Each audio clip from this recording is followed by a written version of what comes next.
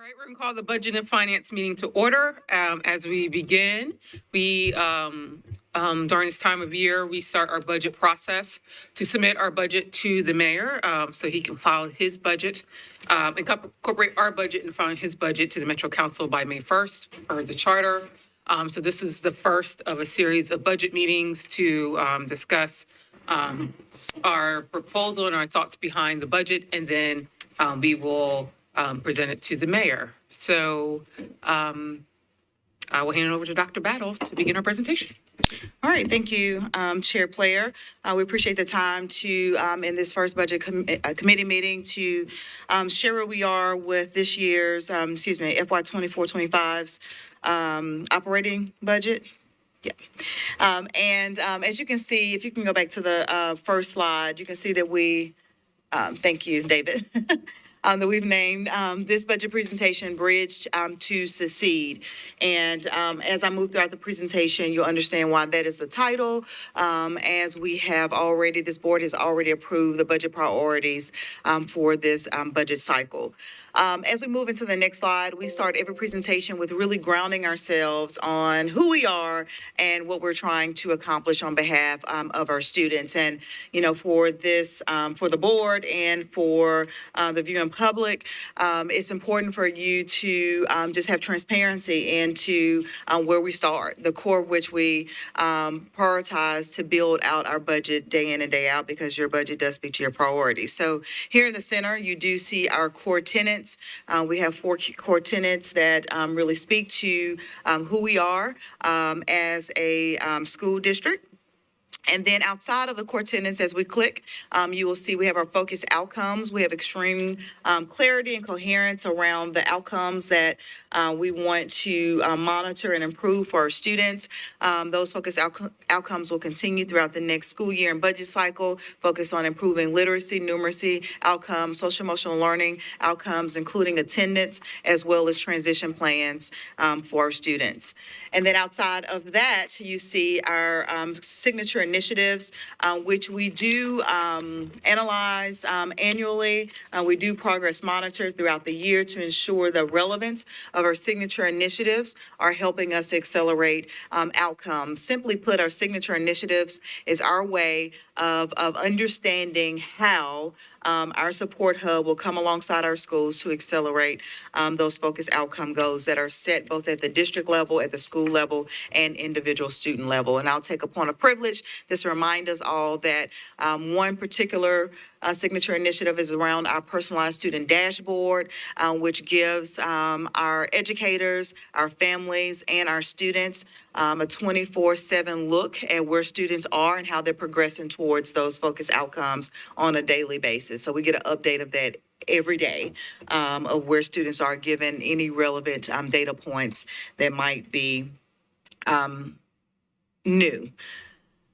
So as we're grounding ourselves, as we move into the next slide, around our focused outcomes related to our operating budget, I want to take an opportunity to remind us that our current operating budget has definitely pointed us in the right direction of positive outcomes for our students. So at the close of last school year and throughout this school year, we do have several celebrations that will correlate with the strategies that you will see throughout this budget presentation.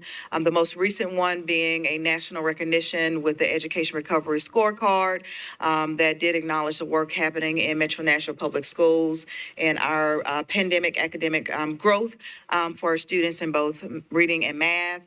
You will also remember that we are a level 5 school district 2 years in the row. That is the highest designation that a school district can receive in the state of Tennessee. We have been deemed by the Tennessee Department of Education an advancing school district 2 years in a row. That is a second category from the top. So we're extremely proud of that. We do have a number of award schools and a very rigorous framework in naming reward schools in the state. We also had 2 schools that moved directly from the priority school list to reward school status this year. We're excited about their accomplishments specifically. They deserve to be named. It's Ida B. Wells Elementary School and Tom Joy Middle School. So really excited about that work. We're also celebrating our partnerships and growth with our University of MNPS work, and of course, our work with the Education Equity Lab that partners with us to provide advanced academic opportunities, specifically dual enrollment access for our students, and for many of our students who just recently learned 4-year full ride scholarship opportunities to several of our local colleges and universities. And then last but not least, as a reminder, which is directly tied to the report from the Education Recovery Report Card that was spearheaded by researchers at Harvard and Stanford. And this is something we just knew in our local context, which was that MNPS students exceeded state growth in 7 out of 8 tested categories this past school year. So lots of celebrations, lots of arrows pointing in the direction of return on investment in our young people so that we can really have their talents on display. Next, we're going to move into our MNPS operating budget, where we are this year, and then forecasting into next year.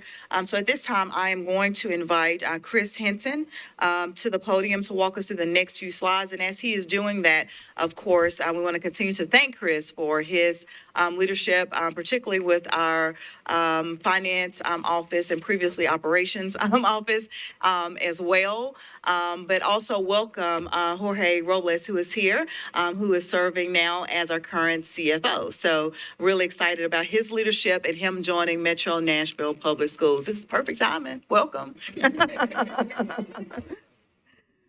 Thank you, Chris. I'll turn it over to you. Thank you, Dr. Battle, and good afternoon, everyone.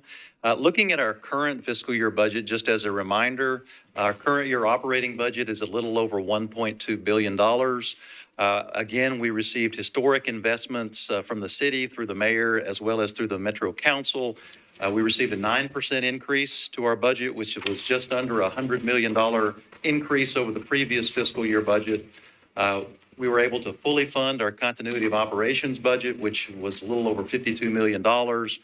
We continue to include step increases in our continuity of operations budget for all of our employees, certificated support, as well as nutrition services. This also includes the Metro transfers, where we have internal service fees from Metro government, our charter transfer, as well as just general inflationary increases that we see from year to year. We also were able to fund in our operating budget classroom associates at $10.8 million, been very successful. Our administrative pay plan was also funded at $5.9 million. We were able to move universal free lunch over into our operating budget for that to be able to be continued at $8 million. And then a 4% cost of living adjustment for all employees, which was just under $23 million. Again, a historic investment in our school district once again. The next slide, you may remember from last year. This just shows how state funding works in Tennessee. It's not a big difference from the previous state funding formula, the Basic Education Program or the BEP. We now have the TISA funding program, which you can see from on the left, statewide. It's basically 72% funded by the state, 28% funded locally. For Davidson County in the middle, you'll see that the TISA suggested budget would be that the state would fund 43% of our operating budget, and based on the way the formula works, the local revenue would fund 57% of that. But you can see on the far right pie chart how we greatly exceed the minimum local match requirement through the mayor's advocacy and through the Metro Council's approval. Only 23% of our operating budget comes from the state. 77% comes from our own local sources, mainly local property tax revenue and local option sales tax revenue. And again, just as a reminder, this is because of Davidson County's high fiscal capacity index, which continues to increase, which means that we receive a reduced state portion of the way that the formula works. So how does our $1.2 billion operating budget serve our schools? You can see from this pie chart that $591 million goes directly out to our schools, to MNPS schools, both through the weighted student funding formula, through our student-based budgeting process, as well as the individual school budgets that some of our special schools, our non-traditional schools receive. All of this goes directly out to schools for principals and their school leadership teams to determine, based upon their school improvement plan, how they want to budget and spend those dollars. In the top right, you see the charter schools, $212 million. If you include the $212 million with the $591 million, you can see that the vast majority, over 2/3 of our budget, goes directly out to schools, whether they be MNPS schools or charter schools. $66 million is fixed costs, and then district-provided services are the remainder. That would be for things like utilities. We don't require schools to budget their money for utilities, or things like maintenance or custodial services or transportation. These would be district-provided services that are provided directly to schools.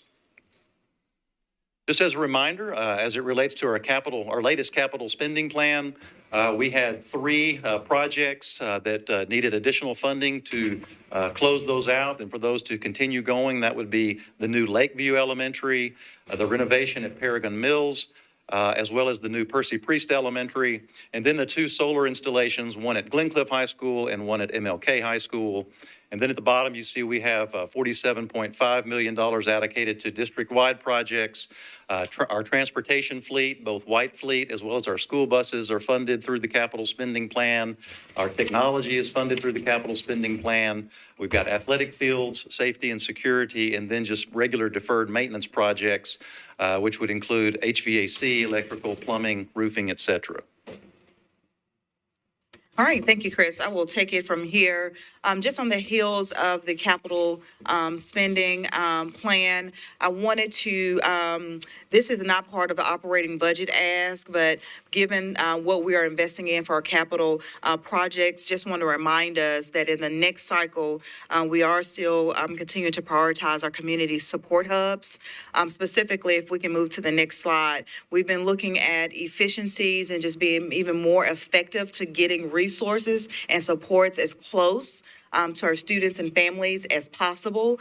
So two examples in particular are both Graymar Middle School and Lillard Elementary School, two sites of which we have designated to serve as community support hubs in the near future as investments are solidified.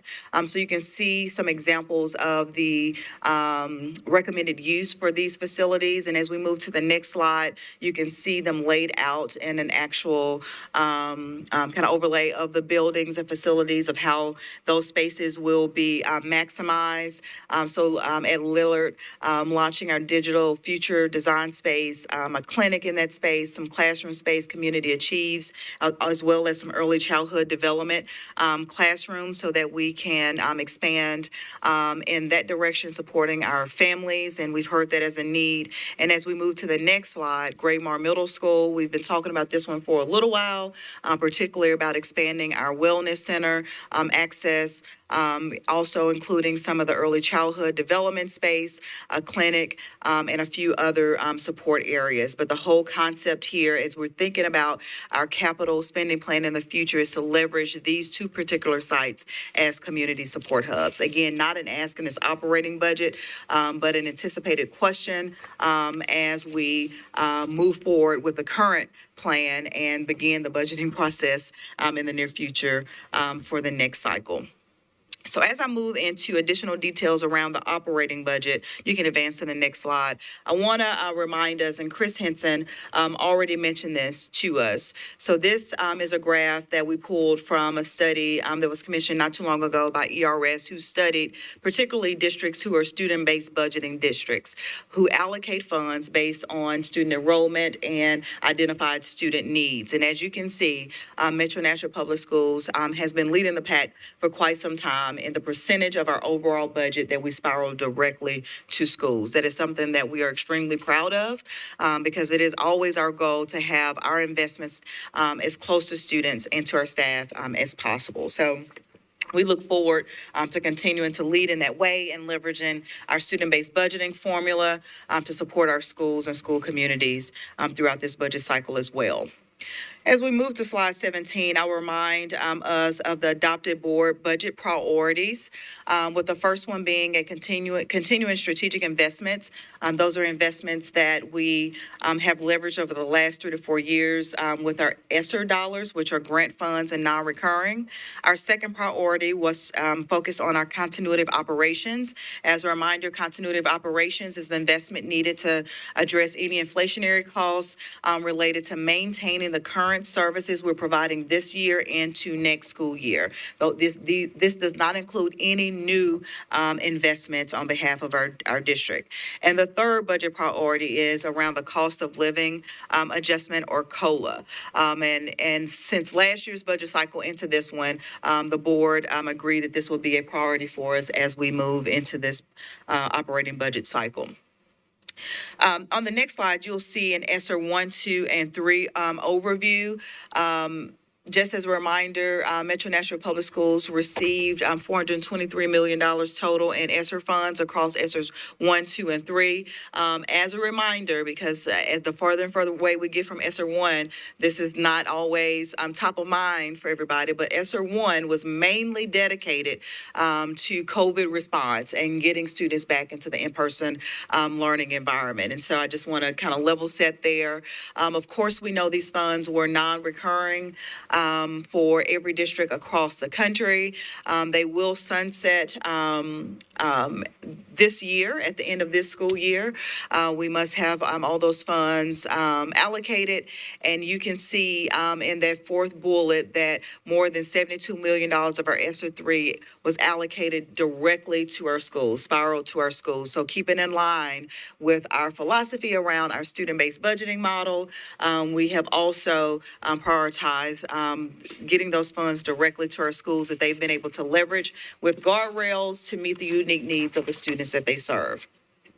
On slide 19, you will see again an overview. This is not a complete list, but some examples of strategies that we have invested in over the course of ESSER 1, 2, and 3 with regards to academics, student readiness, our educators. We took a approach with personnel to prioritize investing in our people instead of people, because we knew that this would be non-recurring funds, that we would be facing some tough decisions at the end of ESSER. And then lastly, around foundations.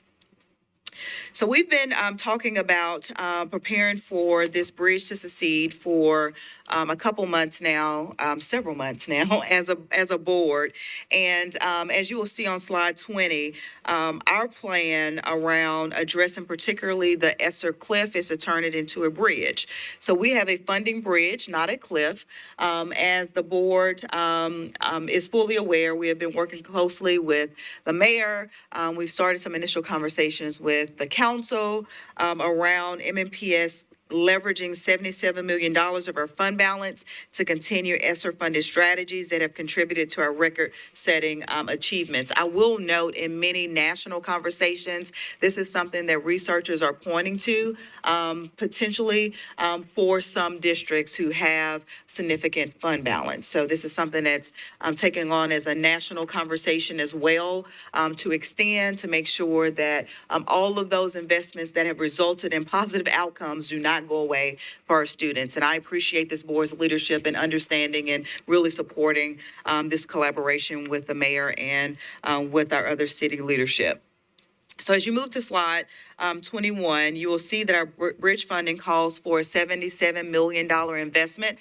Again, I'll take a point of privilege here to take us back. Don't change the slide, just in thought. Take us back to our total ESSER amount, which was around $423 million, which is a significant difference than the $77 million here in investment to create this bridge. A lot of thanks and kudos, again, goes to this board and working closely with city leadership, that there are a number of strategies that city leaders have worked to move over to our operating budget. So one example that was mentioned earlier by Mr. Henson was our no-cost meals. So we've been working looking at this for quite some time, anticipating this bridge. Another example of that are our advocacy centers. So there are a few examples where we've been working strategically and proactively to move strategies over to our operating budget. So significant difference. So when we get the question of what things are we going to stop, what things are we going to continue, we've done an extreme, that this is hard. This was hard. I'll say this, hard work on evaluating our current programming to determine where our highest leverage strategies are and what the investment will require to continue. So you'll see here that the first investment is around our student-based budgeting spiral. So we will be able to, with the final approval of us leveraging our fund balance, we will be able to continue with having nurses in every school. This is something we've talked about as a priority. As a board, we will be able to continue our safety ambassadors, and then the remainder of the funds, schools will determine those needs, right? So we've looked at that through an equity lens to determine that spiral, but part of that spiral does include maintaining a nurse at every school, and for our elementary schools, having a safety ambassador. The next significant investment is around our scholars portfolio, which this community is very aware of, that we've been evaluating its effectiveness over time, which all things are pointing us in the right direction. So we will continue our strategies and our efforts around maintaining our accelerating scholars, promising scholars, and enriching scholars. In a nutshell, that's our high dosage tutoring programming, that is our summer enrichment programming for the month of June, as well as our Enriching Scholars programming that happens on Saturdays. This $77 million investment will also help us continue with our adoption materials, our high-quality textbooks and instructional materials. It will help us maintain a high level of mental health supports, which we know has kind of been the number one feedback area for our educators as we return fully from the pandemic. It will allow us to continue our professional development efforts, leveling up our college and career readiness programming, as well as our Community Achieves expansion. And I will not bore you with my spiel about Community Achieves at this time, but we know that schools, particularly those who are moving from the bottom performing schools into the top performing schools across the state, have one of our models that falls under the umbrella of Community Achieves. So we want to definitely continue that investment. This investment of $77 million includes $64 million that's already been approved and repurposed by the school board. The last $12 million, our number's right, approximate, I guess I should say $12 million, will be a part of this operating budget adoption that will need to move all the way through the mayor and to Metro Council. And then on the last slide, not the last slide, nearing the last slide, you have our continuity of operations budget. You will see that we have approximately a 5.2% inflationary increase projected for this operating budget. Chief Henson, do we have all the numbers for Metro government yet? Or are we still waiting on a few of those? We do not. We're still waiting on a few things. You can see the support insurance we do not have yet. That goes through the Metro Employee Benefit Board downtown. We don't have all of the fees that are charged to the school district, like the Metro IT internal service fee, the radio fee, et cetera, as well as the buildings and contents insurance. So this will change once we get some of that updated information in from Metro Finance. All right, and so that's typical order. We're usually at this this point in time in the operating budget. And then I'll move into our cost of living adjustment. I just want to remind us that this has been a process for us. If we can advance to the next slide, around our compensation and our improvements. This has been a journey that this board has held steadfast to over the last few years. I'm extremely proud of this because it's not always trusted years out when there's a commitment to seeing something all the way through, and it really has happened. And so we started a few years ago with restructuring our pay scale for our educators, for certificated staff. We then moved into restructuring the pay scale for our support staff. And then the 23-24 school year, we did the same thing on behalf of our administrators and other certificated staff. And then we've always committed to ongoing advocacy for competitive employee compensation. We knew that that was just a huge step in the right direction, but still a lot of work to do to make sure that the value that our educators and our support staff bring to our district every day is recognized. You will see at the bottom of the screen that we've estimated the cost for step increases for this upcoming budget cycle in the total of $10.3 million. And we've also noted that for every 1% of an increase with regards to COLA, that overall for certificated and support employees, it's $7 million per 1% increase. And I'll just go ahead and front load this. This is not, we don't have a lot more information about that at this time. As we continue to work with city leaders, we will hopefully be advised of more specifics around what the cost of living, the COLA should look like. I will also point out that it has been a practice of this board in adopting a budget that our step increases are part of continuity of operations. We have agreed on the philosophy that that should be included in our compensation plan yearly, and that our employees should anticipate that. And so we'll continue to work closely, again, with the Mayor and Metro Council to realize that on behalf of our employees. And then lastly, in the same fashion as in the past, after getting feedback from this board and making sure that we've answered any outstanding questions, we will be leading a community budget meeting for all of our stakeholders, parents, staff, community leaders, to learn more about the budget and to provide feedback. This has been a very successful process for us in the past. Right for this school year, we'll be holding one community budget meeting, which will be on Monday, April 1st at 5:30 p.m. We will be hosting this meeting at the Martin Professional Development Center and invite all those interested and wanting to engage to that community budget meeting. And then last but not least, I always like to close out with what happens next in the budget approval process. Again, after approval from my board of directors here, we will take this presentation to our stakeholder and community meeting on April 1st. From March through April, the school board budget and finance meetings with refined budget proposals as we see fit. Our budget chair, Ms. Frida Player, will continue to engage and guide my team around that process.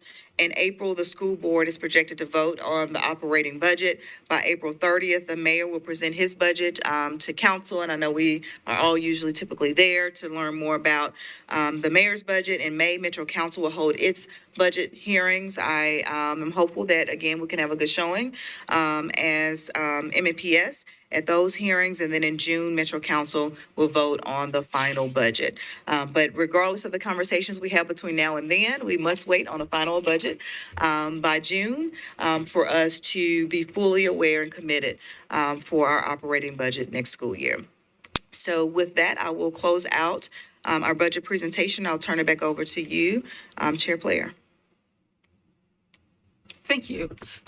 Any questions, comments? Vice Chair Tyler. Yeah, if you could go back to the slide that shows like the line items of everything. There was one where it looked like the charter school transfer was zero. Is that? Yeah, backwards. You were on it. That was it. Yeah, that's it. Yes, okay. Is that, did the textbook adoption get switched with that? I will or let Chief could you explain Henson that to respond us? to your question. I was like, what? But I also didn't think it was right. Don't tease us. This is a first for me since charter schools Say originated that again. back- It's a first for you, Chris? Yeah, 20 years ago when we first got our first charter school, Smith and Craig Academy. This is the first time that we don't necessitate a need for the increase to the transfer. We do have $212 million included in the charter school fund, but if you Above remember, and beyond. the rocket ship Northeast is moving from a district charter to a state-run charter. So those funds will no longer flow through us out to that charter school. And so even if we were to have a fairly significant increase in the per pupil amount, we feel like that the reduction in the charter school enrollment for the district charter schools would not require an increase to the charter school transfer. But that's just a matter of whether the charter school fund itself needs an increase to be able to fulfill our requirements, and we believe that it does not based sort of on that anomaly that occurred this past year. And two things. One, I just want to remind the board, a few of my cabinet members will actually not be at the board meeting tonight because they will be at Brick Church having the transition meeting with that community. That's also happening. It does mean that the revenue will decrease a little bit because those monies flow outside of our operating budget, but we are able to project currently that there's not the additional set aside, if you will, that we need to have in our continuity of operations. Okay, that just really piqued my interest. Thank you very much for explaining that. Good news. And then one other question. Since every single year, there's a bill brought about charter schools being able to take underutilized spaces, I was wondering if we have a plan, and we don't have to have one right now because it's not coming, but like for Grammar and those areas with the childhood development centers, would that count as classroom space? Would that count against us for underutilized if the rest is office? What's the? So we are currently monitoring that bill and legislation to determine what that would mean versus not. So I know David Brom is there daily following this. But outside of that, it's important because a lot of times, the reason I wanted to bring this up now is a lot of times there's an assumption that we're doing something differently with our school facilities in the meantime. I will also flag that, we're following our enrollment pretty closely. And we've always had as an option, if enrollment continues to increase, that we would leverage those facilities in an instructional purpose way. So we are paying attention to that. We're following it closely. In the past, it was never really defined how they would define that. So we've asked a lot of questions and hopeful that the facilities that we have to serve our students and families will be retained for that purpose. Okay, I appreciate that. Thank you. That's all I have. Okay, Dr. Gentry and then Dr. Nabokny. Add something to that point. This is a great question. I think one of the things that this board should not shy away from is a conversation around mixed-use facilities, as long as they're all internal to MNPS, right? So you look at Graymar, you look at Lillard. If we get to the point where the successes that we're having, and we're seeing it happen in Whites Creek, that we're bringing families back into the district, we may need to start opening up spaces that we've proactively utilized to the benefit of the district still, but non-instructional, direct instruction to students. So I think it would be wise for us to get ahead of the conversation. And when we're building out and designing a Graymar or a Lillard for community hub purposes, is there a space in there that we intentionally understand that we could quickly flip back to classroom instruction type space? Thank you. Dr. Nabokny. And also on that note, what is our timeline around the build out of those community support hubs that we're looking at anticipated? So currently, it is not a part of our capital spending plan. And so they would be priorities. You will see them as priorities through our next cycle of building out our plan. So it was on there. Typically what happens is we don't get a full investment, so we've got to prioritize those needs. And so I brought it back just as a reminder that it was not part of that investment, but will be a part of the prioritization moving forward.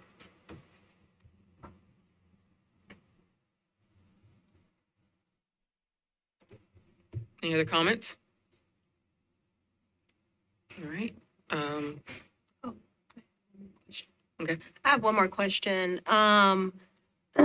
The vouchers that we currently have in Metro Nashville, do they impact any of our budget in a way that charter schools do?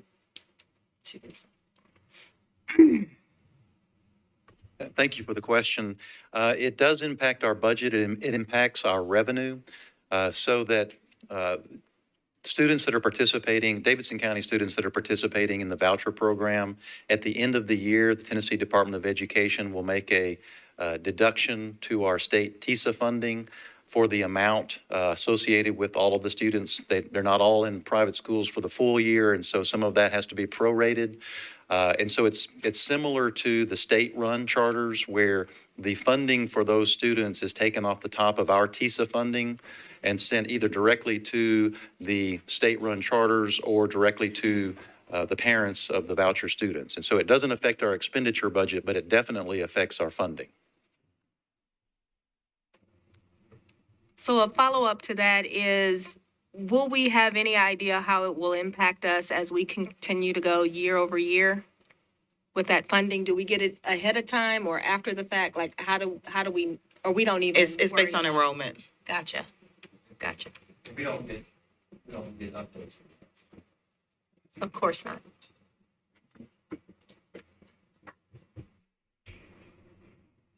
Any other comments? Okay, we'd like to thank you for the presentation. We're not taking a vote on this since it'll be our first presentation. As we move on to other budget meetings, we will have further discussion, and I'll let you know when there will actually be a vote taking place. But this is actually just to give the first presentation of the budget for our information purposes and knowing how our financial parts is shaping up. And then as Metro Government Finance Department starts to shore up their budget, we will find the information for particularly the increases that are coming directly from Metro government for us to have a full operating budget baseline. So that, oh yes, and please come to the community budget meeting on April 1st at 5:30 at Martin Center. It's a great time. We'll go through this and ask particular questions that you may have. I will be there, and I'm sure a lot of my colleagues will be there. I invite them to come, as usual, to really get a detailed discussion of the current budget, how it's going, and our budget process that we have done, and the conversations, and also how you can advocate with the mayor and the Metro Council, also with the funding of our schools. All right. Motion to adjourn? Okay, second. All right, adjourn. I didn't vote on it, but.